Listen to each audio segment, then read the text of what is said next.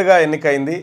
నిన్న హైటెక్స్లో జరిగినటువంటి ప్రపంచ విశ్వసుందరి పోటీలలో భాగంగా థాయిలాండ్కి చెందినటువంటి ఓపల్ సుచాత విన్నర్గా, ఆ తర్వాత ఇథియోపియా అందగత్తె రన్నరప్గా నిలవడం జరిగింది. అయితే నిన్న అత్యంత ఉత్కంఠభరితంగా సాగినటువంటి ఈ కార్యక్రమాన్ని ప్రపంచ దేశాలన్నీ ప్రత్యక్ష ప్రసారంలో చూసినాయి. దాదాపు 140 కంట్రీస్ నుంచి వాచింగ్ జరిగింది దీనిపైన. సో దీనికి ఈ కార్యక్రమానికి చాలామంది బాలీవుడ్, ఆ తర్వాత మన టాలీవుడ్, ఇతర సినీ నటులు కూడా హాజరు కావడం జరిగింది. ముఖ్యమంత్రి రేవంత్ రెడ్డి గారు, ఆ తర్వాత చిరంజీవి, వీళ్ళిద్దరు దంపతులు కలిసి అక్కడికి అంటే వీళ్ళిద్దరు చిరంజీవి రేవంత్ రెడ్డి గారు దంపతులు అనుకున్నారు, కాదు చిరంజీవి గారి దంపతులు రేవంత్ రెడ్డి గారి దంపతులు వచ్చి ఆ కార్యక్రమంలో కూర్చున్నారు. ఆ కూర్చున్నటువంటి సందర్భంలో ఒక social media, BRS party social మీడియాలో ఒకటి రేవంత్ రెడ్డి గారు పోయి అందాల పోటీలను తిలకిస్తూ ఉంటే ఆ వీడియో పెట్టి వాళ్ళు అంటే ఏదో చూడకూడదు చూసినట్టుగా, అసలు అటువంటి జాగల కాడికి పోవద్దు అన్నట్టుగా ఒక వాతావరణంలో క్రియేట్ చేసి పంపించారు.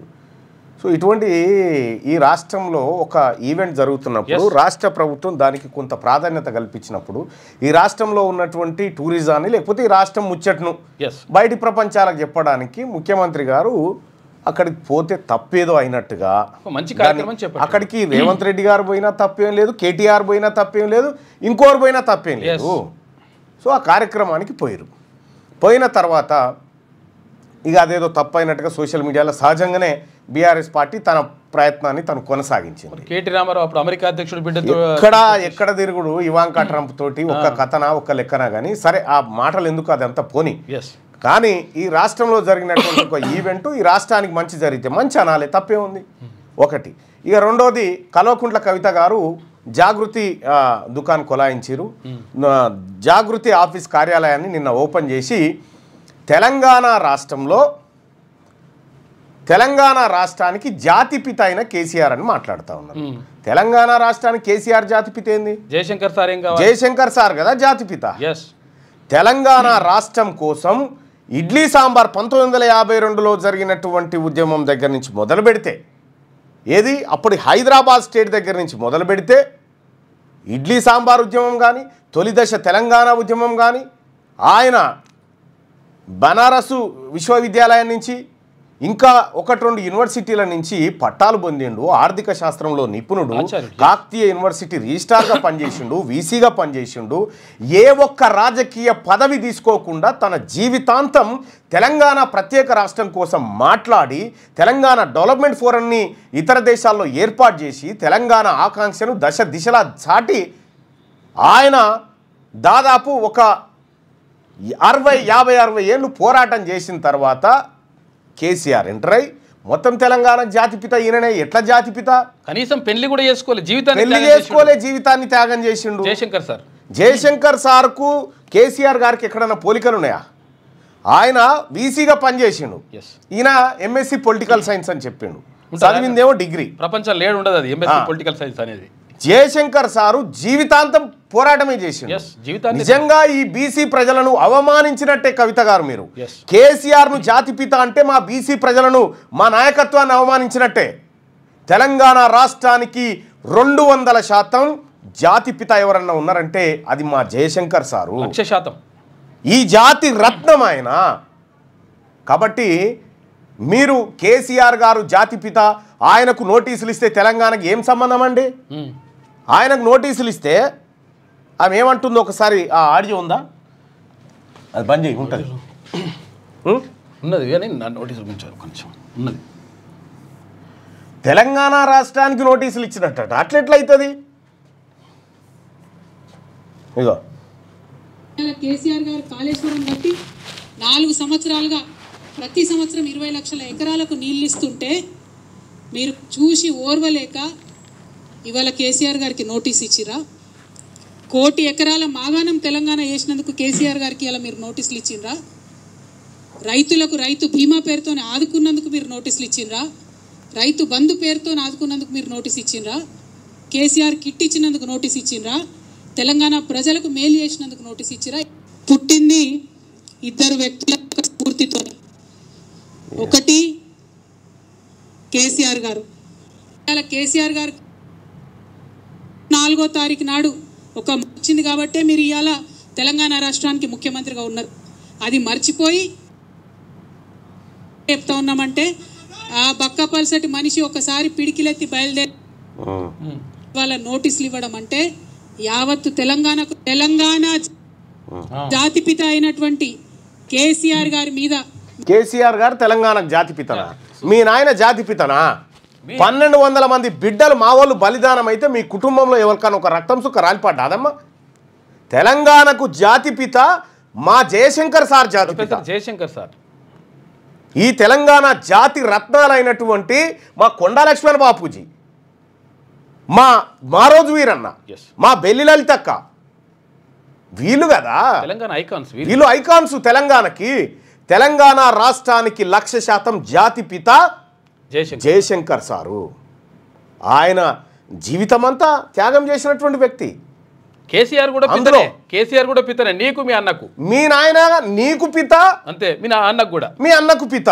ఓకే, మాకేం పిత? ఈ తెలంగాణ జాతికి మీరెట్లా పితలు అవుతారు? కవిత గారి వ్యాఖ్యల్ని ఖండిస్తున్నాం. ఇది బీసీలను అవమానించే విధంగా, బీసీ నాయకులను, ఈ తెలంగాణ రాష్ట్రం కోసం బీసీల ఎవరైతే జీవితాంతం త్యాగం చేసిరో వాళ్ళని అవమానించే విధంగా కవిత గారి వ్యాఖ్యలు ఉన్నాయి. కవిత గారి వ్యాఖ్యల్ని మేము ఖండిస్తూ ఉన్నాం. బీసీ సమాజం అంతా, బీసీలారా, ఈ ఎక్కడో ఈయనను తీసుకొచ్చి జాతిపిత అనుడేంది, ఫామ్ హౌస్లో బండేట ఆయనను తీసుకొచ్చి మన జాతిపిత జయశంకర్ సార్.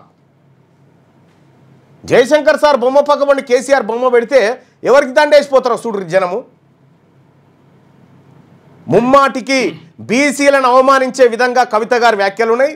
అది వాపస్ తీసుకొని జయశంకర్ సార్ మాత్రమే జాతిపిత అనేటువంటి మాట చెప్పు. తెలంగాణ సిద్ధాంతకర్త ఆయన. ఓ దిక్కు జయశంకర్ సార్ బొమ్మ జాగృతి. ఇంకా జయశంకర్ సార్ మీ దొడ్లే మనిషా కట్టేసుకోవడానికి మెల్లగా జయశంకర్ సారు, పూలే ఈ బొమ్మలు తీసుకొని మెల్లగా దిగుతా ఉన్నారు. మీరెన్ని దిగినా, మీరెన్ని చేసినా, మీరు మా బీసీలకు చేసినటువంటి మోసం, మీరు మా బీసీ జాతిని అవమానించినటువంటి తీరు మా కళ్ళ ముంగట్టు ఉన్నది. ఇంకా గొర్రెలు బర్రెలు అని చెప్పి ఏ దాంట్లో అన్యాయం చేయలే. 1 కోటి ఎకరాల మాగాణమా?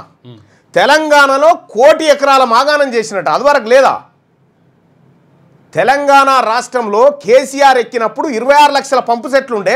కేసీఆర్ దిగినప్పుడు కూడా 26 లక్షల పంపు సెట్లే ఉన్నాయి. ఇంకా 4 పెరిగినాయి తప్ప తగ్గలే. మిషన్ కాకతీయ పేరు చెప్పి అవినీతే చేస్తుంది.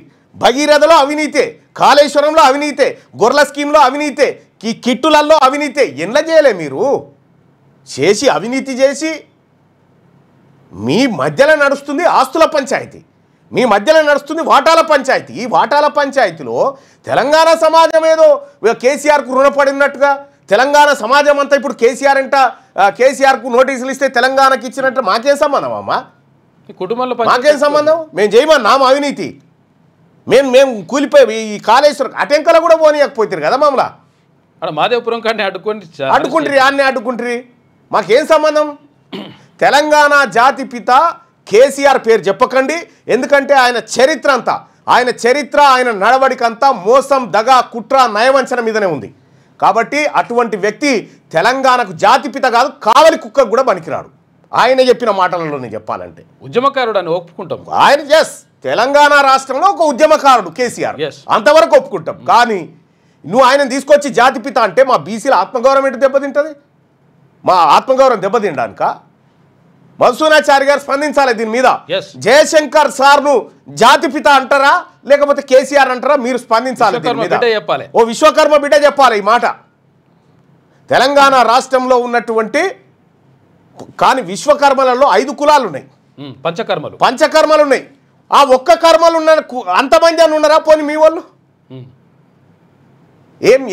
ఏం చేసిండు కేసీఆర్? తెలంగాణ పోరాటం చేసి ఆస్తులు తరగాలి కానీ ఎట్లా పెరిగినాయి మీ నాయన? మీ ఆస్తులు ఎట్లా పెరిగినాయి? కాబట్టి కవిత గారు ఈ లేని పితను తీసుకొచ్చి, నిలువున గీత మీద నడవలేనటువంటి మనిషిని తీసుకొచ్చి తెలంగాణ కంటగట్టి తెలంగాణ జాతిపితాని, తెలంగాణ ఆత్మగౌరవాన్ని, మరీ ముఖ్యంగా బీసీల ఆత్మగౌరవాన్ని, ఎస్సీల ఆత్మగౌరవాన్ని, ఎస్టీల ఆత్మగౌరవాన్ని దెబ్బతీయకు. మీకు మా సూచన. అడుగుదామా ప్రజల్ని జాతిపిత ఎవరో? ఉద్యమ నాయకుడు అంటే ఒప్పుకుంటాం. ఉద్యమ నాయకుడను ఒప్పుకుంటాం. మస్తుగా చేసిపోయే ఉద్యమాలు అందులో ఈయనొక ఆయన. కాబట్టి తెలంగాణ ప్రజలారా కవిత వ్యాఖ్యల్ని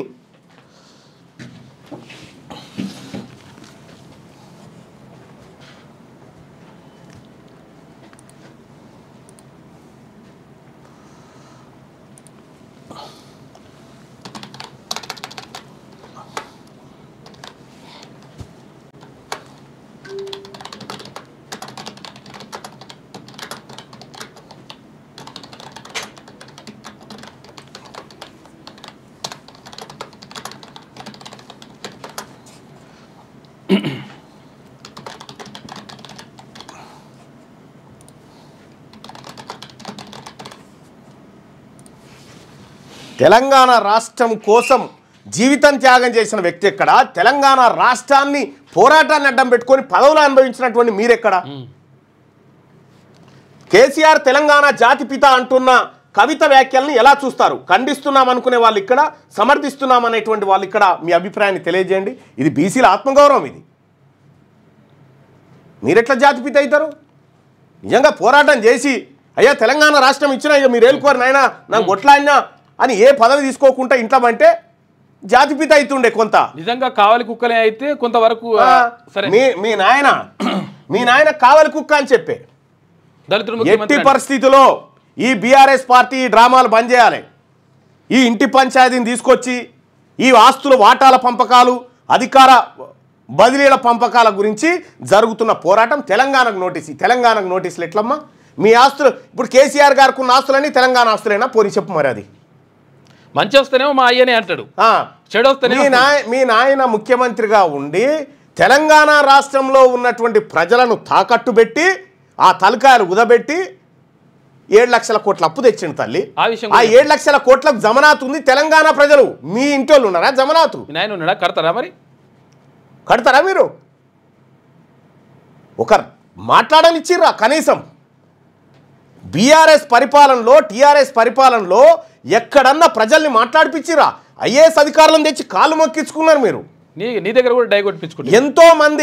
ఎంతో మంది ప్రజలు మీ నాయనను కలుస్తానికి వస్తే ప్రగతి భవన్ కాడ పోలీసులు వెళ్ళగొడితే పంజగుట్ట పోలీస్ స్టేషన్ నిండిపోయేది. రోజు ఆత్మహత్యలు చేసుకున్నారు. కేసీఆర్ జాతిపిత ఏంది? మీది జాతిపిత అని చెప్తున్నావు కానీ మీ నాయన పిచ్చోని చేసి పారేసారు. మీ నాయనని పిచ్చోని చేసారు మీ డ్రామాల మీద. కాబట్టి మా తెలంగాణకు జాతిపిత ఎవరన్నా ఉన్నారంటే అది ఒక్క జయశంకర్ సారు మాత్రమే. ఇంకొకడు ఎవడు లేడు. అంతే. ఆయనకు సరిపోలగలిసినటువంటి మనుషులు లేరు. జయశంకర్ సార్ 100% మా జాతిపిత, మా ఆత్మగౌరవం. ఆయన మా ఐకాన్. తెలంగాణ రాష్ట్రానికి ఐకానిక్ పర్సనాలిటీస్ అంటే జయశంకర్ సారు, ఈయన కొండా లక్ష్మణ్ బాపూజీ, మా మారోజు వీరన్న, మా బెల్లి లలితక్క, మా సాంబశివుడు, మా కోనపూర్ రాములు, మా పండుగ సాయన్న, మా పోలీస్ కిష్టయ్య, వీళ్ళు కదా ఐకానిక్ ఫిగర్స్. ఈయనెట్లయితాడు? ఈ శవాలను చూపెట్టి అధికారాన్ని ఎత్తుకపోయి అనుభవించి లక్షల కోట్ల రూపాయలు మా నెత్తిన పెట్టింది కదా.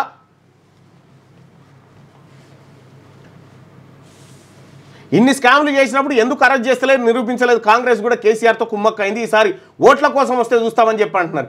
ఎట్టి పరిస్థితిలో వదిలిపెట్టకండి. ఎట్టి పరిస్థితిలో కాంగ్రెస్ పార్టీ మోసం చేస్తే కాంగ్రెస్ను చిత్తు కూడా కొట్టాలి. ఎవడు మోసం చేసినా, మరి ముఖ్యంగా బీసీలారా, మనకు వాళ్ళ మీద కోపం ఎందుక? మన ఓట్లు మనం వేసుకునేదానికి, కథమే అయిపోతుంది కదా. వాళ్ళ నౌకర్లే పోతాయి కదా. అందుకోసమే బీసీలారా మనమందరం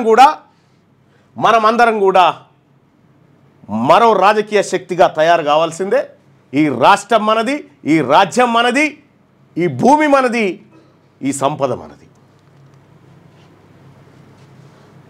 రైట్గా కేసీఆర్ తెలంగాణ జాతిపిత అంటున్న కవిత వ్యాఖ్యలను ఎలా చూస్తారంటే ఖండిస్తున్నామని 100% అని చెప్తా ఉన్నారు. 190% మంది ఆమె వ్యాఖ్యల్ని ఖండిస్తున్నామని చెప్తా ఉన్నారు. ఇంకంత పెద్ద మాటలు ఎందుకులే విజయ్. ఎట్టి పరిస్థితిలో ఇంకొకసారి కేసీఆర్ను జాతిపిత అంటే మేము మరొకటి అంటాం. ఆయన జాతి పితనా పాతాల పోసేట చెప్తాం కదా వెనకట్నే రైట్గా ప్రేత అంటాం మనకి ప్రేత అంటాం అన్ని అంటాం ఇక మీరు అట్లా అంటే మీరు మర్యాదగా మీ ఇంటి పంచాయతీ ఉందా ఓ నలుగురు పెద్ద మనుషులను నువ్వు పిలుచుకో మీ అన్న నలుగురు పెద్ద మనుషులను పిలుచుకుంటాడు కూర్చొని పోయి మీ నాయన కూడా కూర్చొని ఆస్తులేంది పంపకాలేంది ఏం కావాలి మాకు అధికారం ఏం కావాలి రాజకీయం ఎవరికి కావాలి ఆస్తులు ఎవరికి కావాలి ఇట్లా తేల్చుకోరి తెలంగాణ రాష్ట్రం పంచాయతీ లెక్క చేస్తారు ఎందుకు తెలంగాణ రాష్ట్రానికి మీ ఇంటి పంచాయతీకి మాకేం సంబంధం అమ్మా ప్రపంచ సుందరి సుచాత థాయిలాండ్ సుందరికి కిరీటం మొదటి రన్నరప్గా ఇథియోపియా బామ 2-3 రన్నరప్లుగా పోలాండ్ మార్టినిక్ సుందరిమన్లు సీఎం రేవంత్ రెడ్డి సమక్షంలో విజేతల ప్రకటన టాప్ 20కే పరిమితమైన Miss India Nandini Gupta top 20 దాకా వచ్చిందట ఇక ఈమెనే ఒకసారి వీడియో పెట్టు miss world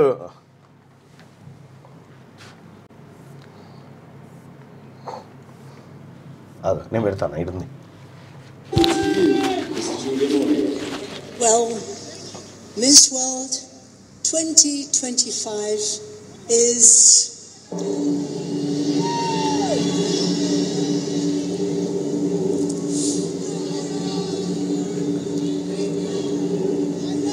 Thailand.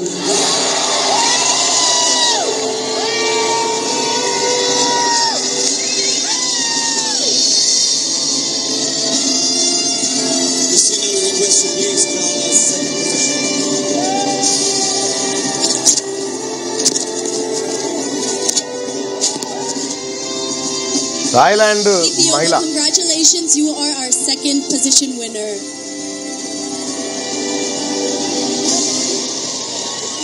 Well, we offer congratulations to Ethiopia on being runner-up.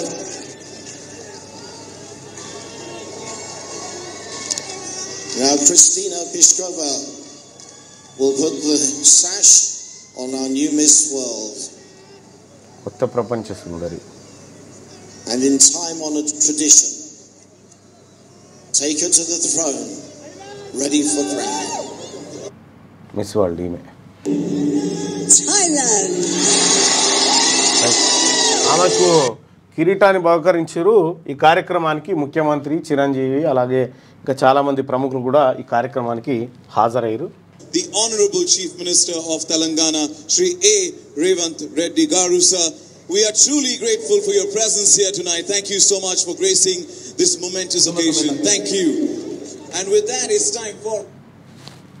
Right ఇది నిన్న జరిగినటువంటి ఈవెంట్లో నిన్న ఇవాల్టితోనే అయిపోయినాయి ఇక ఇవాల్టితోనే అయిపోయినాయి ఎంపిక ఎలా జరిగిందంటే మిస్ వరల్డ్ పోటీలో 108 దేశాల భామలు పోటీ పడ్డారు టాప్ 40 వేర్వేరు పోటీల అనంతరం వీరిని ఎంపిక చేశారు 16 మంది పోటీల ద్వారా విజేతలుగా నిలిచి ఫాస్ట్ ట్రాక్ విధానంలో రాగా మిగిలిన 24 మందిని జడ్జీలు ఛాయిస్గా ఎంపిక చేశారు మొత్తంగా ఒక్కో ఖండం తరఫున 10 మందిని ఎంపిక చేశారు టాప్ 20 ఎట్లంటే తదుపరి రౌండ్లో ఒక్కో ఖండం తరఫున 5గురిని మాత్రమే ఎంపిక చేశారు ఇక టాప్ 8 విషయానికి వస్తే ఈ రౌండ్లో ఒక్కో ఖండం తరఫున 2ని ఎంపిక చేశారు మీరు మిస్ వరల్డ్ అయితే ఏం చేస్తారని ఉమ్మడి ప్రశ్న అడిగారు ఇక టాప్ 4లో అత్యుత్తమ సమాధానం చెప్పిన 4 ఆయా ఖండాల విజేతలుగా తుది రౌండ్లోకి అడుగుపెట్టారు వీరిని జడ్జీలు ప్రశ్నలు అడిగారు విజేత ఎట్లంటే అత్యుత్తమ సమాధానం చెప్పిన థాయిలాండ్ భామ ఓపల్ సుచాత అక్కడ అందానికి కాదు అందానికి కాదు వ్యక్తిత్వానికి ఆమె ఆలోచన విధానానికి చెప్పిన థాయిలాండ్ భామ ఓపల్ సుచాత ప్రపంచ సుందరిగా నిలిచారు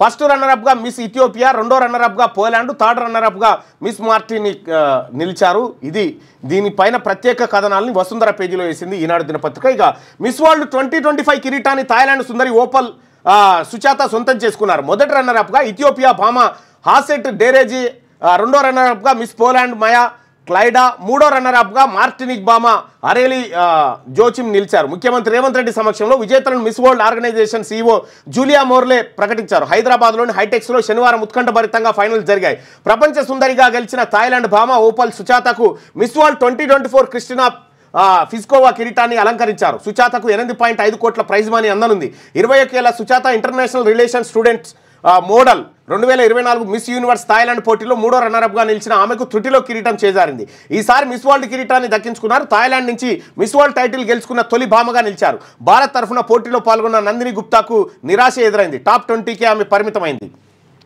హైదరాబాద్ వేదికగా 3 వారాల పాటు జరిగిన మిస్ వరల్డ్ పోటీలు విజయవంతమయ్యాయి. రాష్ట్రంలో మొట్టమొదటిసారి జరిగిన ఈ పోటీలో ప్రపంచవ్యాప్తంగా 108 దేశాలకు చెందిన అందాల భామలు పాల్గొన్నారు. శనివారం నాటి ఫైనల్ పోటీలు అన్ని దేశాల సుందరిమణుల పరిచయం ర్యాంప్వాక్తో ప్రారంభమయ్యాయి. డిజైనర్ అర్చనా కొచ్చార్ డిజైన్ చేసిన తెలంగాణ భారతీయ సాంప్రదాయ పట్టు వస్త్రాలతో ముద్దుగుమ్మలు మరింత మెరుస్తూ సభికులను అభివాదం చేశారు. ఆ తర్వాత టాప్ 40లోకి అర్హత సాధించిన దేశాలను ఖండాల వారీగా వేదికపైకి ఆహ్వానించారు. America, Caribbean, Africa, Europe, Asia, ఓషియానాలో ఒక్కో ఖండం నుంచి 10 మందికి చోటు కల్పించారు. తర్వాత టాప్ 20, తర్వాత టాప్ 8ని ఎంపిక చేశారు. తర్వాత టాప్ 4లోంచి విజేతను ప్రకటించారు. సో ఫైనల్ పోటీలను తిలకిస్తున్న సీఎం రేవంత్ రెడ్డి, చిరంజీవి అంటూ ఒక ఫోటోను కూడా ఈనాడు దినపత్రిక ఈ అందాల పోటీలకు సంబంధించి ప్రధాన వార్తగా తీసుకుంటే, ఇక వంతెనల వెతలు తీరేదెన్నడో రహదారులపై ఏళ్లుగా కొనసాగుతున్న పనులు. ఈ రహదారులపైనేమో కానీ ఈ నారపల్లి ఉప్పల్ రోడ్డు ఆగమాగం జగన్నాథం ఎందుకు చేసిరో అర్థం కాదు. చేసిరు పిల్లరు ఏడాదికి ఇంచు చొప్పున పెరుగుతుంటుంది. పిల్లర్ అది అత్యంత వేగంగా ఏడాదికి అంగుళం చొప్పున శరవేగంగా నిర్మాణం అవుతుంది. ఇది ఆ పిల్లర్ల మీద పోస్టర్లు అంటుకుంటేందుకు అడ్వర్టైజ్మెంట్లకు పనికి వస్తుంది. అది బర్త్డే పోస్టర్లు, అవి పెళ్లియో అవో ఇవో ఆహ్వానం దానికి పనికి వస్తుంది. ఆ పిల్లర్లు అవి మన బోర్డుల లెక్క అయిపోయినాయి. ఇంకెన్ని రోజులు చేస్తారు ఈ పని? రాష్ట్రంలో నైరుతి రుతుపవన నివేదిక రూపకల్పనకే R&B శాఖ పరిమితం. వర్షాలు మొదలు మరోసారి వాహనదారులకు ఇబ్బందులే. రాష్ట్రంలో నైరుతి రుతుపవనాలు ప్రవేశించి అంతటా ఒక మోస్తారు వాహనాలు పడుతున్నాయి. ఇప్పటికే వంతెనలు, రహదారుల పనులు పూర్తి చేయాల్సి ఉన్న రోడ్లు, భవనాల శాఖకు చెందిన రహదారుల పరిస్థితి మాత్రం మారలేదు. ఇది కోమటిరెడ్డి వెంకటరెడ్డి గారి శాఖ. గుమ్మున నిద్రపోతున్నాడు కోమటిరెడ్డి వెంకటరెడ్డి. ఏం లాభమా? రోడ్లు, భవనాలు, మాటలు మాత్రం కోటలు దాటుతాయి, పనులు గివి. కొన్నేళ్లుగా భారీ వర్షాలకు వాగులు దాటుతూ కొట్టుకుపోయి మృతి చెందిన ఘటనలు అనేకం జరిగాయి. ప్రమాద ఘటనలు జరిగిన ప్రతిసారి వంతెనలు, కల్వర్టులు నిర్మిస్తామని చెప్తున్న క్షేత్రస్థాయిలో మాత్రం పనులు ముందుకు సాగడం లేదు. ఏటా భారీ వర్షాలకు రహదారులు, వంతెనలు దెబ్బతిన్నప్పుడు రోడ్లు, భవనాల శాఖ అధికారులు జిల్లాల వారీగా నివేదికలు తయారు చేస్తున్నారు. దానికి అయ్యే ఖర్చులు లెక్కగడుతున్నారు. క్షేత్రస్థాయిలో మాత్రం ప్యాచ్ వర్క్లతో నెట్టుకొస్తున్నారు. గత ఏడాది వర్షాలకు రాష్ట్రంలో ప్రధాన జిల్లా రహదారులు 1,601.02 కిలోమీటర్ల మేర ధ్వంసమయ్యాయని, మరమ్మతులకు 989.31 కోట్లు ఖర్చు అవుతుందని అధికారులు లెక్కలు వేశారు. ఇతర జిల్లా రహదారులు 808 కిలోమీటర్ల మేర దెబ్బతిన్నాయని, పూర్తి స్థాయిలో మరమ్మతులు చేయాలంటే 351.44 కోట్లు అవసరమని ప్రభుత్వానికి నివేదించారు. హై లెవెల్ వంతెనలు 193 ధ్వంసమయ్యాయని, వీటి కోసం 843 కోట్లు అవసరమని లెక్క కట్టారు. కనీసం ఈ R&B మీద ఒక రివ్యూ చేసినవా? ఏమైంది వానాకాలం కథ అని. వనపర్తి జిల్లా మదనాపురం సమీపంలోని ఊకచెట్టు వాగుపై నిర్మిస్తున్న హై లెవెల్ వంతెన ఇది. 2023లో 9.25 కోట్లతో నిర్మించారు. ఇరువైపులా 700 మీటర్ల పొడవు అప్రోచ్ రహదారి వేయాల్సి ఉంది. ఇందుకు రూపాయలు 4.50 కోట్లు అవసరం. 2 ఏళ్లుగా అప్రోచ్ రహదారి వేయక అందుబాటులోకి రాలేదు. భారీ వర్షాలు పడితే ఊకచెట్టు వాగు నుంచి వరద వచ్చి రాకపోకలు నిలిచిపోతాయి. 2022లో వర్షానికి ఈ వాగులో వరద ఉధృతి పెరగడంతో కాజ్వేపై వెళ్తున్న 4 వ్యక్తులు కొట్టుకుపోయి చనిపోయారు. ఇంకా ఎప్పుడు మేల్కుంటుందో ఈ శాఖ. ఇంకా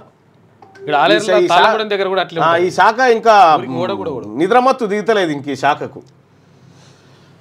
పాక్పై పోరులో విమానాలు నష్టపోయాం, 6 కోల్పోవడం మాత్రం అవాస్తవం. వ్యూహాత్మక తప్పిదాన్ని తక్షణం సరిచేసుకున్నాం. బ్లూంబర్గ్ టీవీ ఇంటర్వ్యూల్లో సిడిఎస్ చౌహాన్ వెల్లడించిండు. అంటే మన భారత విమానాలు కూడా ఏం కూలిపోలేదని చెప్పేసి అప్పుడు అన్నారు. 6 కూలిపోయినని చెప్పేసి పాకిస్తాన్ చెప్తుంది. 6 కూలిపోలేదు అంటుండే కానీ 8 కూలిపోయినా చెప్పలేదు. అంటే 5 కూలిపోయినట్లు లెక్క. పాకిస్తాన్పై ఇటీవల జరిపిన దాడిలో భారత వైమానిక దళానికి కూడా నష్టం వాటిల్లిందని త్రిదళాధిపతి, అంటే ఎయిర్ ఫోర్స్, నేవీ, ఆర్మీ త్రివిధ దళాధిపతి ఏమో ఆయన అవుతాడు, రాష్ట్రపతి జనరల్ అనిల్ చౌహాన్ అంగీకరించారు. భారత్కు చెందిన 6 విమానాలను కూల్చివేసినట్టు పాక్ చెప్పడం మాత్రం శుద్ధ అబద్ధమని ఖండించారు. ఖచ్చితంగా ఎన్నింటిని కోల్పోవాల్సి వచ్చింది, ఎంత నష్టం వాటిల్లింది అనేది వెల్లడించలేదు. షాంగ్రిలా డైలాగ్లో పాల్గొనడం కోసం సింగపూర్లో ఉన్న ఆయన బ్లూంబర్గ్ టీవీకి ఇచ్చిన ఇంటర్వ్యూలో ఈ అంశంపై మాట్లాడారు. ఆపరేషన్ సింధూర్లో భారత్ కోల్పోయిన యుద్ధ విమానాలపై సిడిఎస్ స్పందించడం ఇదే తొలిసారి. విమానాలను కోల్పోవడం కంటే అది ఎందుకు జరిగిందనే కారణాలు తెలుసుకోవడం ముఖ్యం. అప్పుడే భారత సైన్యం తన వ్యూహాలను మరింత మెరుగుపరుచుకొని తిరిగి దాడి చేయగలుగుతుంది. మంచి విషయం ఏమిటంటే మేము చేసిన వ్యూహాత్మక తప్పిదాలను వెంటనే అర్థం చేసుకొని సరిదిద్దుకున్నాం. భారత విమానాలు కూలిపోయిన మాట వాస్తవం. ఈ మాట మనకి ప్రభుత్వం కానీ ఎవరు కానీ చెప్పలే ఇప్పటి వరకు. రాహుల్ గాంధీ అంటే ఆయన బదనాలుగా విమానాలు కూలిపోయినట్టుగా దీని సంగతి ఏంటంటే ఆయన నువ్వు దేశద్రోహి అని చెప్తా ఉన్నాడు. ఈ దేశమనగాళ్ళు, ఈ దేశం మీద ప్రేమ ఉన్నటువంటి వాళ్ళు, ఈ దేశ సంపద మీద ప్రేమ ఉన్నటువంటి వాళ్ళు మరి చెప్పాలి ఎన్ని కూలిపోయినాయని. ఇంకో రఫేల్ కూలిపోవడంపై ఏమంటారు, కేంద్ర ప్రభుత్వం వివరణ ఇవ్వాలి, రాష్ట్ర మంత్రి ఉత్తమ్ కుమార్ రెడ్డి. రఫేల్ యుద్ధ విమానం కూలిపోయిందని చెప్పి చర్చ జరుగుతూ ఉంది. నిజంగా కూలిపోయిందా, ఏం జరిగిందని చెప్పి ఉత్తమ్ కుమార్ రెడ్డి అడుగుతుంది. ఇప్పుడు ఉత్తమ్ కుమార్ రెడ్డి కూడా దేశద్రోహి అవుతాడా? మరి ఉత్తమ్ కుమార్ రెడ్డి ఎయిర్ ఫోర్స్లో పనిచేసినటువంటి భారత సైనికుడు అంతే. సరే ఇప్పుడు మంత్రి, కానీ అప్పుడైతే యుద్ధ వీరుడే, పైలట్. ఆయనే అడుగుతా ఉండు, రఫేల్ యుద్ధ విమానం నిజంగా కూలిపోయిందా? ఇగో ఇదొక పంచాయతీ లేచింది. ఇది 2వ పేజీలో ఉంది. ఇది 2వ పేజీ, ఇంకో పేజీ ఎన్ని ఉంటాయో ఫస్ట్ పేజీలో. వీడికి 2వది వచ్చింది. రెండు రోజుల్లో వ్యూహాలను అమలు చేశామని చెప్పి చెప్తాను. రఫేల్ కూలిపోవడంపై ఏమంటారు?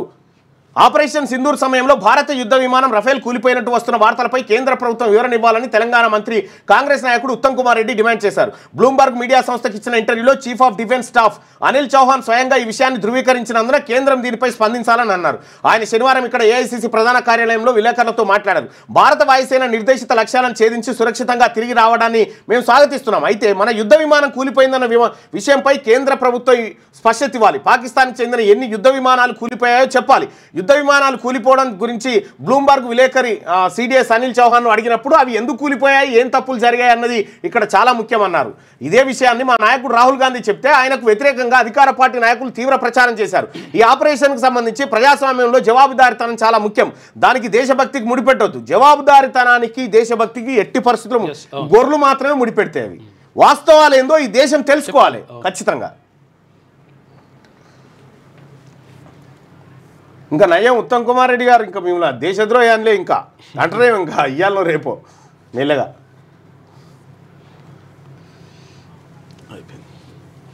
ఈ అత్యాధునిక సౌకర్యాలతో గోశాలల ఏర్పాటు పూర్తిస్థాయి ప్రణాళికలు సిద్ధం చేయండి, అధికారులతో సమీక్షలో ముఖ్యమంత్రి రేవంత్ రెడ్డి. ముఖ్యమంత్రి రేవంత్ రెడ్డి గారు మేము ఛత్తీస్గఢ్ పర్యటనలో అప్పుడు కేసీఆర్ కేటీఆర్ కలిసి ఛత్తీస్గఢ్లో రైతాంగాన్ని కాంగ్రెస్ ప్రభుత్వం మోసం చేస్తుందన్నప్పుడు నేనే తెలంగాణ రాష్ట్రంలో ఉన్నటువంటి 10 జిల్లాల నుంచి రైతాంగాన్ని తీసుకొని ఛత్తీస్గఢ్కు పోయినా. 10 బస్సులు తీసుకొని రైతాంగాన్ని తీసుకొని ఛత్తీస్గఢ్కు పోయి ఛత్తీస్గఢ్ ముఖ్యమంత్రి భూపేష్ బఘేల్ గారిని అక్కడ లైవ్లో కూర్చుండబెట్టి అక్కడ తెలంగాణ రైతులకు కేసీఆర్ చేస్తుంది ఏంది, ఛత్తీస్గఢ్ రైతులకు భూపేష్ బఘేల్ చేస్తుంది ఏంది అనేది అక్కడ లైవ్లో ఆ రోజు తీసుకొని పోతే అక్కడ ఒక ఇప్పుడు మీ గోశాలది వచ్చింది కాబట్టి ఈ విషయం చెప్తా ఉన్నా.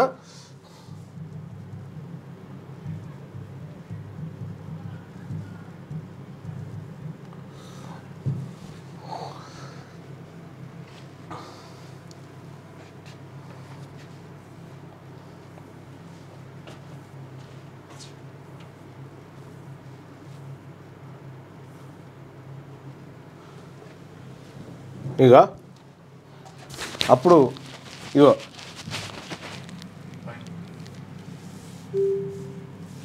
अभी तक 2018 से अभी तक 4.4% किसानों को माफी किया 100 से 100% किसानों को हुआ. ఇది కేటీ రామారావు చెప్పింది తప్పని మీకు అర్థమైందా లేదా?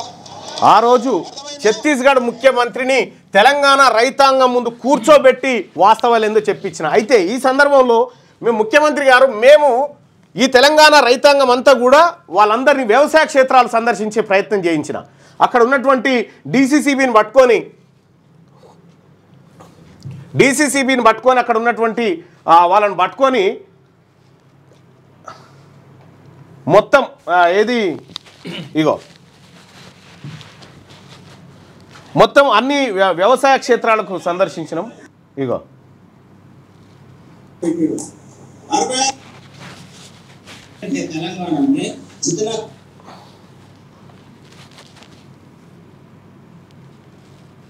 గొటాన్లు అంటారు వాటిని. ఏది ఛత్తీస్గఢ్లో ఇక్కడ మీరు ఏదైతే గోశాలలు అనుకుంటారో అక్కడ కూడా గొటాన్లని కట్టిరు.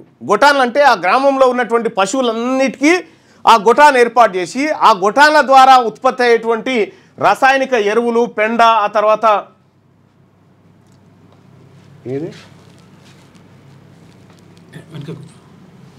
రసాయనిక ఎరువులు ఆ తర్వాత ఇగో అప్పుడు బస్సులు తీసుకొని రైతాంగాన్ని తీసుకొని పోయినా చూడు 10 బస్సులు తీసుకొని పోయినప్పుడు 10 బస్సులు తీసుకొని మీడియాను కూడా తీసుకొని పోయినా ఆ గొటాన్లను ఏర్పాటు చేసిరు. ఆ గొటాన్లలో ఎవరెవరైతే పశువులు ఉన్నాయో ఆ పశువులు అందులో పెరుగుతాయి. అందులో పెరిగితే అందులో ఉన్నటువంటి పేడ, ఆ పేడను కూడా ₹2 కిలో చొప్పున ప్రభుత్వమే కొన్నది. కొని గొటాలను అభివృద్ధి చేసి వీటిని మహిళా సంఘాలకు అప్పచెప్పడం ద్వారా అటు పెండ కానీ, ఇటు గొర్రెల పెంపకం కానీ, ఇటు పశు సంపద కానీ, పిడికలు కానీ, ఆ పిడికలతోటి బై ప్రోడక్ట్లు తయారు చేసి అగరబత్తీలు ఆ తర్వాత రకరకాలుగా తయారు చేసి వాళ్ళు తీసుకొచ్చినటువంటి విధానం ఏదైతే ఉందో చాలా అద్భుతంగా ఉంది. గొటాన్ల విధానం బయోగ్యాస్ కూడా తయారు చేసి తద్వారా వాళ్ళకు ఒక మంచి ఉపాధి అవకాశాన్ని కల్పించింది అప్పటి ఛత్తీస్గఢ్ ప్రభుత్వం, కాంగ్రెస్ పార్టీ ప్రభుత్వం. మీరు ఒకసారి అధికారులను అక్కడికి పంపైనా సరే అక్కడ గొటాన్ల సిస్టమ్ ఎట్లుండే, ఇప్పుడు ప్రభుత్వం లేదు, ఇప్పుడు ఉందో తీసేసిరో తెలియదు. కాబట్టి ఆ గొటాన్లకు సంబంధించినటువంటి డాటాను ఎట్లా నిర్వహించారు ఏం కథ అని తెప్పించుకొని గోశాలలు, అవి చాలా అద్భుతమైన గోశాలలు ఉన్నాయి చూడండి. మళ్ళా మీరు గోశాలను అంటారు కాబట్టి వాటిని ఒకసారి స్టడీ చేయండి. నిజంగా కూడా ఇది గోశాలల అదేంటి కాన్సెప్ట్ మంచిది. ఎందుకంటే మొత్తం కూడా అసలు ఊర్లలో ఎక్కడ ఊర్లలో పోయినా కానీ అక్కడ ఆవులు కానీ బర్రెలు కానీ కనిపించకుండా పోతా ఉన్నాయి. అట్లయితే ఒకప్పుడు చిన్నగా ఉన్నప్పుడు ఇట్లా ఆవుల మంద వచ్చేది మంద ఇట్లా వస్తే సాయంత్రం పూట ఏగిల్వారంగా అటెంకల పోతే పిల్లలు తొక్కుతాయిరా అని చెప్పి ఉంటుండే.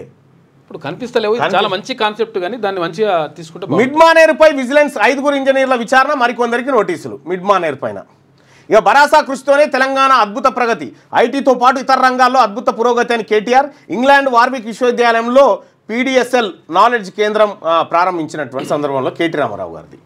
క్యూ లైన్ వద్దు, ఆన్లైనే మొద్దు. దేశంలో 25% కుటుంబాల్లో ఈ కొనుగోలు స్టార్ట్ అయినాయట. దక్షిణాదిలో తెలంగాణ టాప్లో ఉంది. రైట్గా కేంద్ర సర్వేలో వెల్లడి. ఇది దక్షిణాది రాష్ట్రాలు ఆన్లైన్లోనే ఎక్కువ కొంటారు. ఇప్పుడు ఏది కావాలన్నా ఆన్లైనే బుక్ చేయరా అంటారు. బుక్ ఇట్లా ఆఖరికి నా బిడ్డ కూడా డాడీ బిర్యానీ బుక్ చేయవా అంటుంది.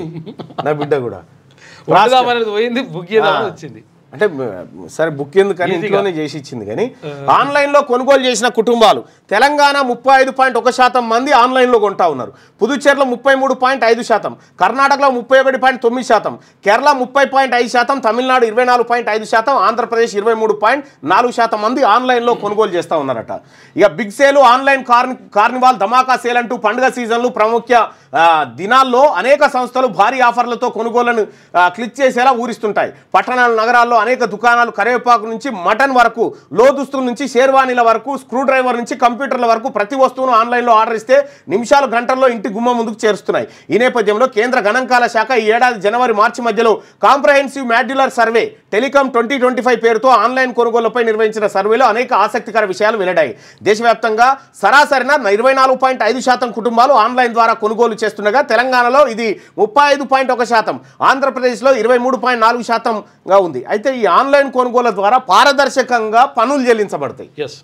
వాస్తవం అది. ఎందుకంటే ఆటోమేటిక్ ఆన్లైన్ పేమెంట్ కూడా చేయాల్సి వస్తుంది. గట్టిగా మిస్ వరల్డ్ 2025 మిస్ వరల్డ్గా మిస్ థాయిలాండ్ హైదరాబాద్లో ముగిసిన పోటీలు అంటూ ఆమె తలకాయ మీద పెట్టిరు కిరీటం, చార్మినార్ కిరీటం.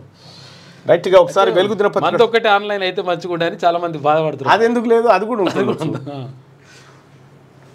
ఆదివారం వెలుగు దినపత్రిక చూస్తే ఒకసారి మిస్ వరల్డ్గా తాయ్ సుందరి ఓపల్ సుచాతాను వరించిన కిరీటం. టాప్ 20కే పరిమితమైన మిస్ ఇండియా నందిని గుప్తా హైదరాబాద్ హైటెక్స్లో అట్టహాసంగా ముగిసిన గ్రాండ్ ఫినాలే. హాజరైన CM Revanth, deputy CM Bhatti, megastar Chiranjeevi, తరలి వచ్చిన టాలీవుడ్, బాలీవుడ్ తారలు, వ్యాపారవేత్తలు. సోను సూద్కు హ్యుమానిటేరియన్ అవార్డు లభించిందట. హైదరాబాద్లోని హైటెక్స్ వేదికగా శనివారం సాయంత్రం జరిగిన 72వ మిస్ వరల్డ్ గ్రాండ్ ఫినాలే వేడుకలు అట్టహాసంగా జరిగాయి. 2025 ప్రపంచ సుందరి కిరీటం Thailand beauty Opal Suchata Chuang శ్రీని వరించిందంటూ మనం ఇక్కడ వార్త చూస్తున్నాం. బ్రెస్ట్ క్యాన్సర్ నుంచి జయించిందట ఆమె. ఓపల్ సుచాతా థాయిలాండ్కు చెందిన ప్రముఖ మోడల్. ఆమె 2003 సెప్టెంబర్ 20న జన్మించారు. ప్రస్తుతం డిగ్రీ చదువుతున్నారు. ఓపల్ పల్హార్ అనే నినాదంతో మిస్ వరల్డ్ పోటీలో దిగారు. రొమ్ము క్యాన్సర్పై బాధిత మహిళలకు, ముఖ్యంగా పేద వర్గాలకు అవగాహన కల్పించడమే తన లక్ష్యమని మిస్ వరల్డ్ వేదికపై సుచాత ప్రకటించారు. 16 ఏళ్ల వయసులో ఆమె బ్రెస్ట్ క్యాన్సర్ బారిన పడి కోలుకున్నారు. అప్పటి నుంచి బ్రెస్ట్ క్యాన్సర్ బాధితులకు అండగా వివిధ కార్యక్రమాలు చేపడుతున్నారు. వారి కోసం నిధులు కూడా సేకరిస్తుందట ఆమె. గ్రేట్ అసలు. అయ్యా బీజేపీతో కలిసేందుకు బీఆర్ఎస్ ట్రై చేసింది. మేము దరిదాపుల్లోకి రానియలే బండి సంజయ్. బీఆర్ఎస్ అవినీతి కుటుంబ పార్టీ, అలాంటి పార్టీతో మేము కలిసే ప్రసక్తే లేదు. కవిత లేఖ పేరిట డ్రామాలు, కాంగ్రెస్ డైరెక్షన్లో చార్పత్తా cinema, Harish, KTR, Kavitha, Santosh lead roles, KCR joker అట. కాంగ్రెస్ 6 గ్యారంటీల నుంచి ప్రజలను దృష్టి మళ్లించేందుకే ఈ ఎత్తుగడ. భారత సైన్యం ఆత్మస్థైర్యాన్ని దెబ్బతీసేలా సీఎం రేవంత్ వ్యాఖ్యలున్నాయని ఫైర్. కవితను అరెస్టు చేయకుండా ఉండేందుకు బీజేపీలో కలవాలని బీఆర్ఎస్ ప్రయత్నించిందని కేంద్ర మంత్రి బండి సంజయ్ అన్నారు. కానీ తాము దరిదాపుల్లోకి కూడా రానియలేదని తెలిపారు. ఇప్పుడు కవిత లేఖ పేరిట డ్రామాలు ఆడుతున్నారని, కాంగ్రెస్ దర్శకత్వంలోనే ఇదంతా నడుస్తున్నదని ఆరోపించారు. కల్వకుంట్ల ఆర్ట్స్ క్రియేషన్స్ ఆధ్వర్యంలో కాంగ్రెస్ దర్శకత్వంలో చార్పత్తా సినిమా నడిపిస్తున్నారు. ఇందులో హరీష్, కేటీఆర్, కవిత, సంతోష్ లీడ్ రోల్స్ అయితే ఇందులో కేసీఆర్ను జోకర్ ప్లేస్లో పెట్టిరు. కాంగ్రెస్ హామీల నుంచి ప్రజల దృష్టి మరల్చేందుకు ఇలాంటి ఎత్తుగడలు వేస్తున్నారని ఆయన విమర్శించారు. ఆయన వ్యాఖ్యలు ఒకసారి చూద్దాం. అన్నా ఇవాళ అమెరికా లాంటి దేశము ట్విన్ టవర్స్ మీద Osama bin Laden twin towers బద్దలు చేస్తే, ధ్వంసం చేస్తే 3000 మంది చచ్చిపోయారు, 6000 మంది గాయాలపాలయ్యారు. కానీ అగ్రరాజ్యం చెప్పుకునే అమెరికాకు ఒసామా బిన్ లాడెన్ ను మట్టుబెట్టడానికి 11 సంవత్సరాలు పట్టేది. 11 సంవత్సరాలు అగ్రరాజ్యానికి. కానీ పెహల్గాం సంఘటన జరిగిన 15 రోజుల పాట 9 ఉగ్రవాద శిబిరాలను ధ్వంసం చేసినటువంటి సైన్యం భారత సైన్యం, అటువంటి ప్రభుత్వం నరేంద్ర మోడీ ప్రభుత్వం. కొంచెం బలి తీసినాం కానీ బయటలో. కరోనా కేసులు 3000. దేశంలో కరోనా కేసులు పెరుగుతున్నాయి. అన్ని రాష్ట్రాల్లో కలిపి శనివారం నాటికి 3395 కరోనా యాక్టివ్ కేసులు ఉన్నాయి. గత 24 గంటల్లో 685 కేసులు నమోదయ్యాయని కేంద్రం తెలిపింది. కరోనా ఇంట్లో పీనుగల మళ్ళా మోపైంది కరోనా. కానీ ఎవ్వరు భయపడకూరి. కుక్కకు రాదు, నక్కకు రాదు, దేనికి రాదు. కరోనా మనుషులకే. ఎందుకంటే మనుషులు మందులు కొంటారు కాబట్టి, అవి కొనేయి కదా. అంతే. కొత్తగా 27 లక్షల మంది కట్ట. రాష్ట్రంలో రేషన్ కార్డుల సంఖ్య గణనీయంగా పెరిగింది. అంటే రేషన్ కార్డులు పెరిగిందంటే పేదరికం పెరిగినట్టే కదా. పేదోళ్ళు ఉంటేనే కదా రేషన్ కార్డులు. రేషన్ కార్డుల సంఖ్య పెరుగుతుందంటే పేదోళ్ళ సంఖ్య పెరుగుతున్నట్టే. మరి కోటీశ్వర్లు ఆడంగా ఈరోజు జనం. రాష్ట్రంలో రేషన్ కార్డు లబ్ధిదారుల సంఖ్య గణనీయంగా పెరిగింది. గతంలో 2.83 కోట్ల మంది లబ్ధిదారులు ఉండగా తాజాగా వారి సంఖ్య 3.10 కోట్లకు చేరింది. కాంగ్రెస్ హయాంలో లబ్ధిదారుల ఎంపికకు చేపట్టిన ప్రక్రియ ద్వారా 3 నెలల కాలంలోనే 27 లక్షల మందికి పైగా కొత్తగా అర్హత సాధించారు. అంటే 27 లక్షల మంది కొత్తగా పేదల కుటుంబాలు వచ్చినాయి. కాదు, ఇప్పుడు ఇక్కడ 3 కోట్ల మీరు ఒకసారి చూడరు ప్రజలారా, ఇది ఎంత 10 లక్షల మంది అంటే రేషన్ కార్డులు అంటే 3 కోట్ల 10 లక్షల కుటుంబాలు అన్నట్టు కదా. మరి కుటుంబాలు అయితే మరి మంది ఎంతమంది ఉండాలి? పబ్లిక్ ఒకరికొక రేషన్ కార్డు అయితే తీసుకోరు కదా.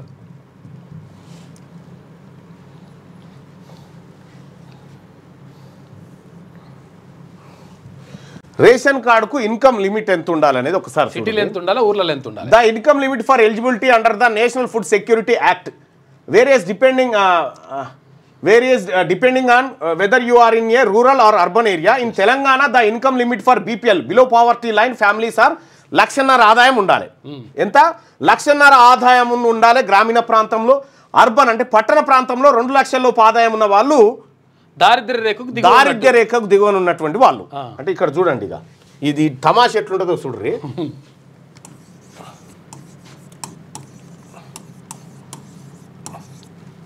రేషన్ కార్డు ఊర్లల్లో 1,50,000 లోపల ఉండాలి. 1,50,000 సంవత్సరానికి, ఏడాదికి ఆదాయం 1.5 లక్షల ఆదాయం ఉండాలి. లోపల ఉండాలి. ఆ లోపే ఆదాయం 1.5 లక్షల లోపే ఆదాయం ఉండాలి. సిటీలలో అయితే, పట్టణాలలో అయితే, పట్టణాల్లో 2 లక్షలు 2 లక్షలు ఆదాయం ఉండాలి. ఈ లోపు ఆదాయం ఉండాలి కదా. ఇప్పుడు తెలంగాణ రాష్ట్రంలో ఇప్పుడు కొత్తగా 25 లక్షల మంది వచ్చారు కదా, వీళ్ళ ఆదాయం అంతా ఇంతే ఉండాలి. కానీ ఈ రాష్ట్ర ప్రభుత్వం చెప్పేటువంటి లెక్క, వీళ్ళు చెప్పే లెక్క ఇక చూడ్రి.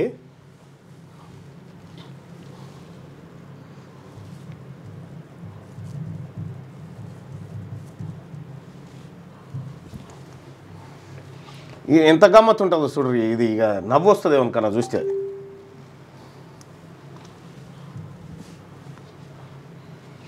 ఇంతే ఉండాలి కదా. తెలంగాణ రాష్ట్రంలో సర్కారు అసెంబ్లీలలో పెడుతున్నటువంటి లెక్కను చూస్తేనేమో అసలు ఎవ్వరికి కూడా ఒక రేషన్ కార్డు రాదు.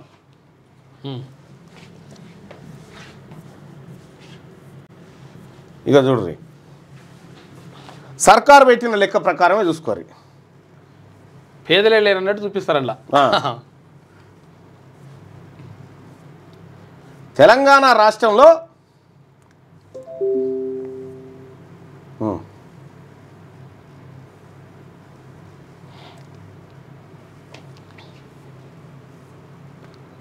ఇక చూడండి తెలంగాణ రాష్ట్రంలో ఇక చూడరు తలసరి ఆదాయం ఎంత ఉందట ఒకరొకరికి 3 లక్షల పర్ క్యాపిటా ఇన్కమ్ ఎంత ఉందట 2023-24కే per capita income current prices ప్రకారము ఒక్కొక్కరి తల మీద 3.47 లక్షల రూపాయల ఆదాయం ఉందట.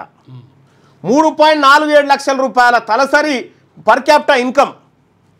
ఇగో 3.47 అంటే ఒక ఇంట్లో 4 అనుకో, ప్రతి ఇంటికి 10 లక్షలు దాటినట్టేనా అంతే. సరే గ్రామీణ ప్రాంతాల్లో లక్షనే ఉందనుకుందాం, ఒక ఇంట్లో 4 ఉంటే 4 లక్షలే, మరి ఎలిజిబిలిటీ ఎక్కడిదిగా? రేషన్ కార్డే రాదు. ఎంత ఇది తప్పే అది తప్పే. ఈ రేషన్ కార్డుల సంఖ్య మేము ఇంతమందికి రేషన్ కార్డులు ఇస్తున్నామని చెప్పుకోవడం, ఇంతమంది పేదలను తయారు చేసినామని చెప్పాయి ప్రభుత్వాలు. ఇంతమంది పేదలను మేము తయారు చేసినామని ప్రభుత్వాలు చెప్పాయి. ప్రభుత్వం చెప్పే లెక్కలలోనే గిన్ని తప్పులుంటాయి. ఎక్కడ అనుకూలంగా అక్కడ చెప్పుకుంటారు. ఆలస్యం అమృతం విషయం. కళ్యాణ లక్ష్మి తులం బంగారం ఏమైంది, మహిళలకు 2500 నెలకు ఏమైంది? విషయం ఏంటంటే ఏపీలో ఇస్తున్నారు, ఏపీలో స్టార్ట్ చేసారు, మన కార్డు లేదు. 4000 రూపాయలు పింఛన్. కరెక్టే అడుగుతున్నావు సురేష్, నీ అడుగుడు తప్పేం కాదు. ఇక ఇది ఇట్లుంటే తెలంగాణ జాతిపితకు నోటీసులు ఇస్తే, జాతిపిత ఎవరి జాతిపిత, ఎవరికి జాతిపిత? మా జాతిపిత జయశంకర్ సార్. కేసీఆర్ తెలంగాణ జాతిపిత అంటున్న కవిత వ్యాఖ్యలను ఎలా చూస్తారంటే ఖండిస్తున్నామని 185% అని చెప్తా ఉన్నారు. అమ్మా ఖండాలుగా ఖండిస్తున్నారు. ఇంకెక్కడిది జాతిపిత ఎందుకు అవుతుంది? మా రక్తం దాగిర్రు కదా మీ కుటుంబం అంతా. ఆ బక్క మనిషి పోరాడితేనే తెలంగాణ వచ్చింది. ఈ 1200 మంది చచ్చిపోతే రాలేదా? వీళ్ళని అవమానపరిచినట్టు నోటీసులకు నిరసనగా ఈ నెల 4న మహాధర్నా. అమ్మ ఒక పని చేయి, మీ వెలమోళ్ళందరూ పోయి అక్కడ ధర్నా చేయిపోరి, మాకేం గర్జు పట్టిందని రావాలి, మేము బీసీలం అంతే. కేసీఆర్కు ఓ కన్ను బీఆర్ఎస్, మరో కన్ను జాగృతి. జాగృతి అంటే ఏంది? ఓ కన్ను, ఒకటి బీఆర్ఎస్, ఒకటి బిడ్డ, అంతే. ఒకటి కేటీఆర్, ఒకటి కవిత, అంతే.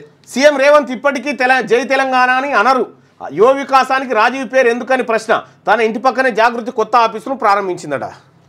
అయితే దూరం ఉండేనట్టు ఇదివరకు, దూరం ఉంటే పరిసర కొత్తగా 27 లక్షల మందికి రేషన్ కార్డులు అంటే మన రాష్ట్రంలో పేదరికం పెరిగిపోయిందనేది దాని సంకేతం అన్నట్టు.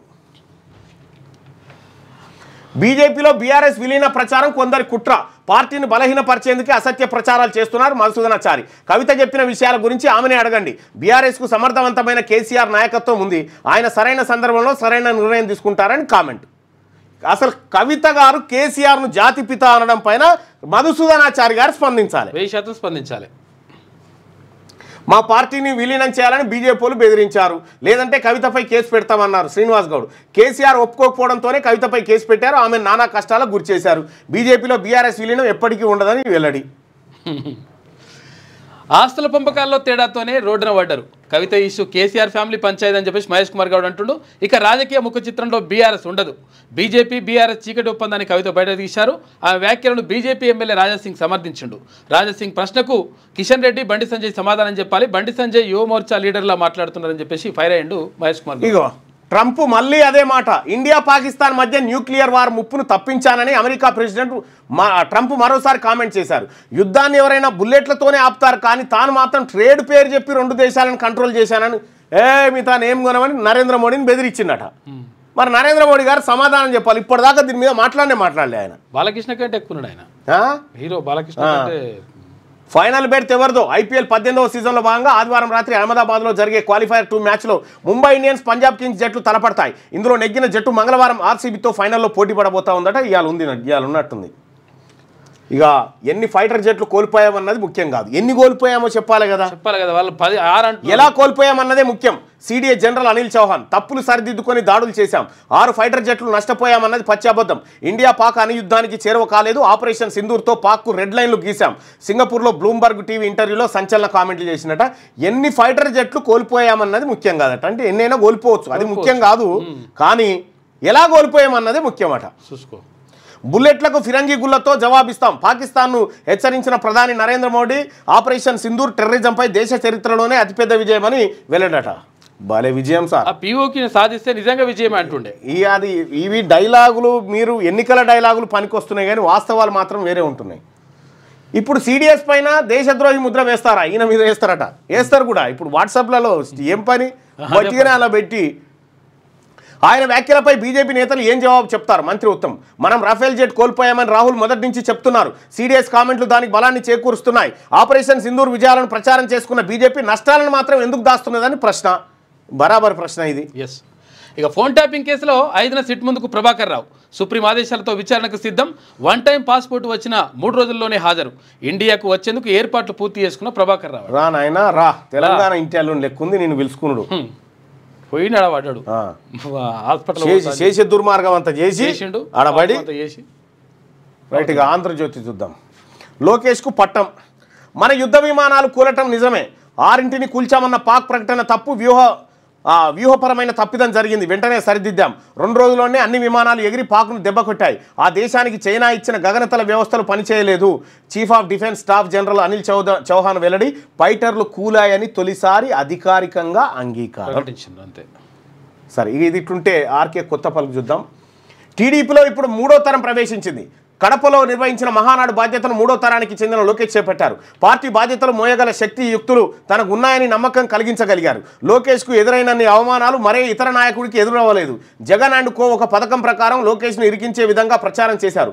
పప్పు అని అవమానించారు. ఆయన భాషను హేళన చేశారు. చివరికి ఆయన పుట్టుకపై కూడా జుగుప్సాకరంగా మాట్లాడారు. మామూలుగా అయితే ఇన్ని అవమానాలు ఎదురైనప్పుడు మానసికంగా కుంగిపోతాం. అయితే లోకేష్ వాటిని పట్టించుకోకుండా లక్ష్యం వైపు కదిలారు. తానేమిటో రుజువు చేసుకోవడానికి అహరాహం కృషి చేశారు. ఇక చంద్రబాబు పర్యవేక్షణలో లోకేష్ పార్టీ బాధ్యతలను చేపడితే ఇటు కార్యకర్తలు అటు ప్రజలకు కూడా భరోసా ఏర్పడే అవకాశం ఉంది. ఇక తెలుగుదేశం పార్టీని లోకేష్ నడిపించడానికి నిజానికి ఇదే సరైన తరుణం. ఇప్పుడు పార్టీ బలంగా ఉంది. ఏపీ మాజీ ముఖ్యమంత్రి జగన్పై ప్రజల్లో కోపం ఇంకా పోలేదు. నాయకత్వ మార్పిడికి ఇంతకంటే మంచి తరుణం ఏముంటుంది? ఇక ఇది ఇట్లుంటే తెలంగాణలో కేసీఆర్ కూడా పార్టీ నాయకత్వాన్ని కుమారుడు కేటీఆర్కు బదలాయించాలని అనుకున్నారు. పార్టీ కార్యనిర్వాహక అధ్యక్షుడిగా కేటీఆర్ నియమించారు. కార్యకర్తలతో సంబంధాలు పటిష్టం చేసుకోవడంలో కేటీఆర్ విఫలమయ్యారు. ఇప్పుడు పార్టీ అధికారంలో లేదు కనుక కేసీఆర్ నాయకత్వాన్ని ఆయన సోదరి కవిత వ్యతిరేకిస్తున్నారు. కేసీఆర్ నాయకత్వంలో తాను పనిచేయనని ఆమె ప్రకటించారు. కాలు చేయి సరిగా ఉన్నప్పుడే అన్ని చక్కదిద్దుకోవాలని అంటారు. చంద్రబాబుకు 75 ఏళ్ల వయసు వచ్చినప్పటికీ మానసికంగా శారీరకంగా ఆయన దృఢంగానే ఉన్నారు. ఈ నేపథ్యంలో శశభిషలకు స్వస్తి చెప్పి లోకేష్కు పార్టీ జాతీయ అధ్యక్షుడిగా నియమించే విషయంలో ఆయన ఒక నిర్ణయం తీసుకోవాలి. చంద్రబాబులో మొహమాటం ఎక్కువ. లోకేష్ అలా కాదని కరాఖండిగా వ్యవహరిస్తారని అంటున్నారు. తండ్రిని మించిన తనయుడని రుజువు చేసుకోవాలన్న ఈ పట్టాభిషేకం కార్యక్రమం ఉన్నది. పట్టాభిషేకానికి స్క్రిప్ట్ రాసినట్టున్నది.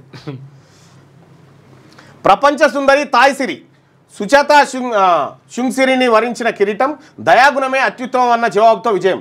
16 ఏళ్లకే రొమ్ము క్యాన్సర్ బారిన చికిత్సతో విముక్తి. అప్పటి నుంచి ఆ వ్యాధిపై అవగాహన కార్యక్రమాలు. థాయిలాండ్కు తొలిసారిగా ప్రపంచ సుందరి కిరీటం.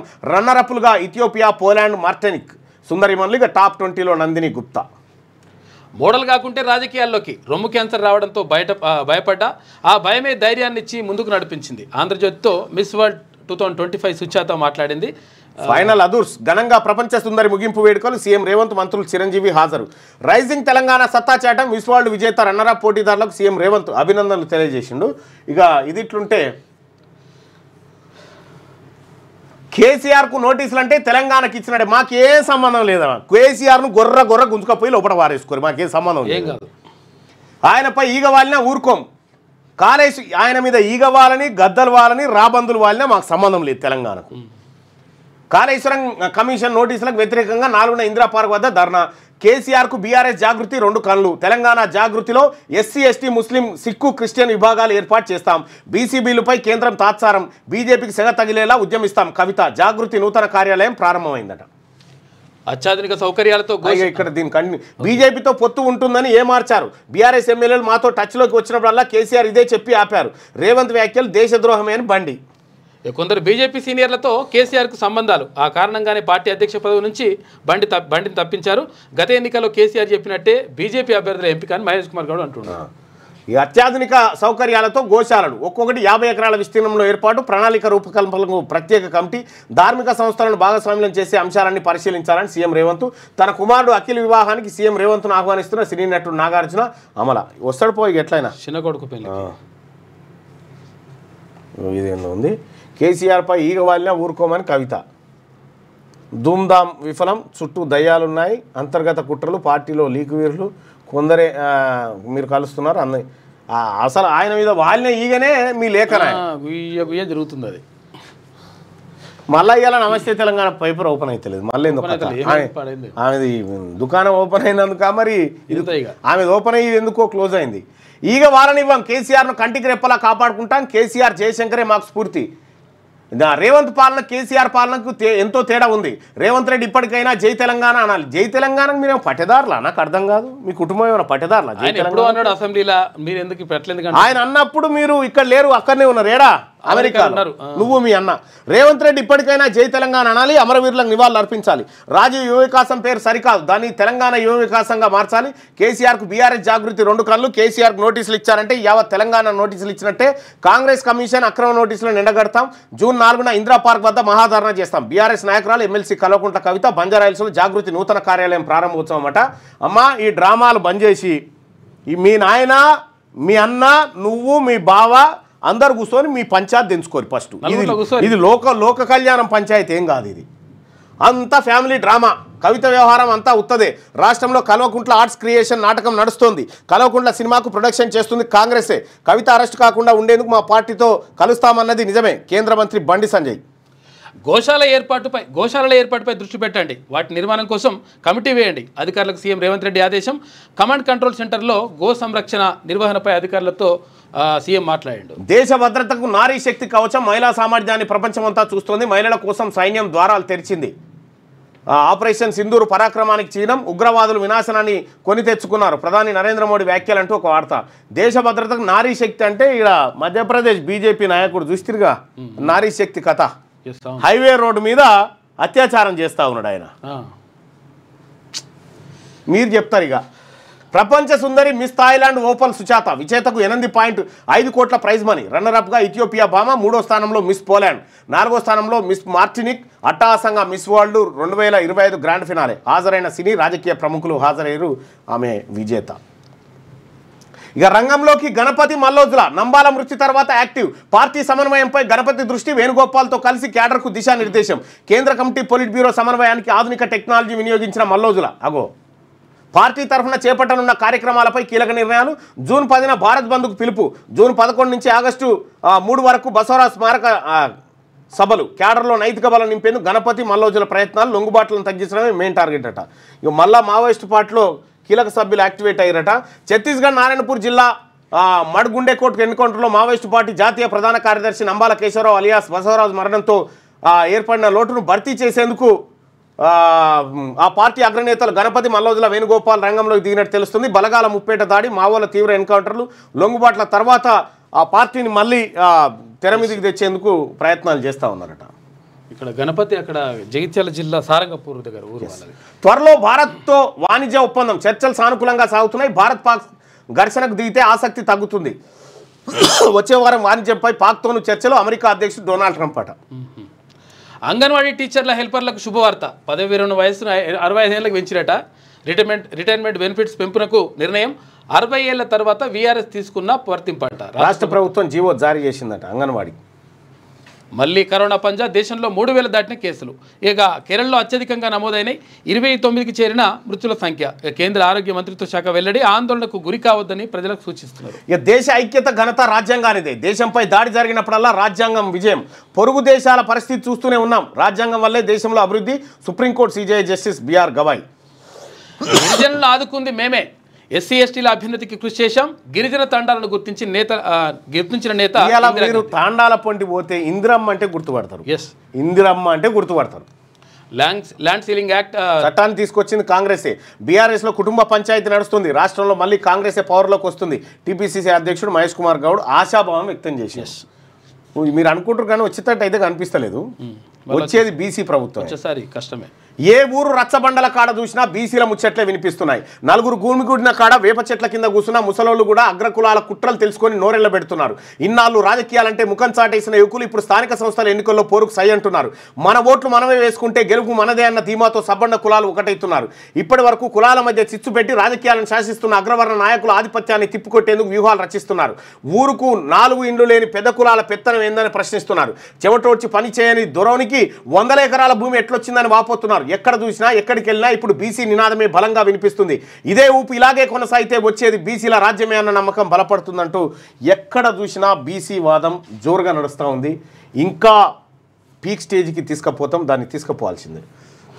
ఏమైపోయే వాళ్ళము అంబేద్కర్ లేకుంటే ఏ చీకటి కమ్మునో తను వెలుగై రాకుంటే అని చెప్పి సోమన్న రాసినటువంటి చూడొచ్చు. ఇక్కడ అమాయక రోగుల రక్తం తాగుతున్న కార్పొరేట్ ఆసుపత్రులు మఠంపల్లిలో మస్టర్ మాయాజాలం అట. ఈ ఎక్సైజ్ పోలీసుల వైన్స్ యాజమాన్యం సిబ్బంది ఈ ఎక్సైజ్ పోలీసులు అంటే గుర్తుకొచ్చింది. ఎక్సైజ్ సిఐ ఉన్నాడు ఇక్కడ బంజారా హిల్స్ జూబ్లీ హిల్స్ ఆయన ఏపీ నుంచి ఇక్కడికి ట్రాన్స్ఫర్ చేసుకున్నాడు. ఎట్లా ట్రాన్స్ఫర్ చేసుకున్నాడు అంటే ఏపీ అసలు యాక్చువల్గా ఆయన క్యాడర్, వాళ్ళ భార్య ఇక్కడ ఉందని, వాళ్ళ గవర్నమెంట్ కాదు, ఆయన ఏంది ప్రైవేట్ ఉద్యోగి. ఎస్ స్పౌజ్ కేసు కింద. అంటే ఇప్పుడు భార్యాభర్తలు ప్రభుత్వ ఉద్యోగులు అయితే తీసుకోవడం ఓకే, కానీ ఆయన ప్రభుత్వ ఉద్యోగి కాదు. ఆమెనేమో సాఫ్ట్వేర్ ఎంప్లాయ్ అని చెప్పేసి రాసేసి సోమేష్ కుమార్ సంతకం పెట్టి జీవో తీసుకొచ్చేసి ఆయన తీసుకొచ్చి ఇక్కడ పడేసారు. ఆయన ఆగమాన్ చేస్తున్నాడు ఇక్కడ తెలంగాణ ఉన్న ఎస్ఐలని. ఇక్కడ సమ్మర్ స్పెషల్ వేసవిలో వర్షాలు. ఈ వేసవి కూల్గా గడిచిపోయింది. సీజన్లో కురవాల్సిన సాధారణ వర్షాల కంటే 203% అధికంగా వానలు పడ్డాయట.